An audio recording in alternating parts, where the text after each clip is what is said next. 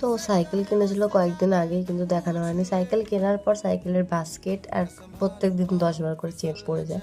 তো ওটা ঠিক করানোর জন্যই আমরা সকালে ব্রাশ করছিলাম, তো রিমকে বলেছিল যে একটু ঠিক করে দে। তো সেটা ঠিক করছিল আর কি, সবাই ঠিক করবে আর ও নষ্ট করবে। তারপর মা আজকে করেছিল চাউমিন, তো চাউমিন খেয়ে দাদা করেছিল রেডি হতে, ওর সাথে বিশালে যেতে হতো, গ্রসারি কিছু একটা কিনবে, মানে অনেক কিছুই কিনেছে আর কি। তারপর ও আবার দেখলাম রাগ করে শুয়ে রয়েছে, রাগ করে শুয়ে আছে বলতে টুকি খেলছিল। তারপর ওর সাথে দেখা করে অনেকক্ষণ বসে রইলাম, দাদা এসে আবার চলে গেছিলো। তো ওনার বাড়িতে একটা কাজ ছিল, ওই জন্য বাড়ি গেছিলো, গিয়ে এসে আমাকে আবার নিয়ে গেছে। তো অনেকটাই দেরি হয়ে গেছে, প্রায় 1টা বেজে গেছিলো।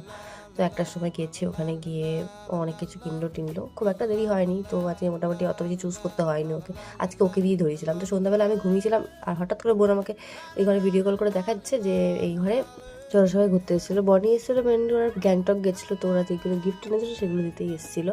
তারপর বৃষ্টি এসেছিলো সবার লাস্টে, তো আমরা সবাই মিলে প্রেত কথা দেখছিলাম, দেখতে দেখতে ও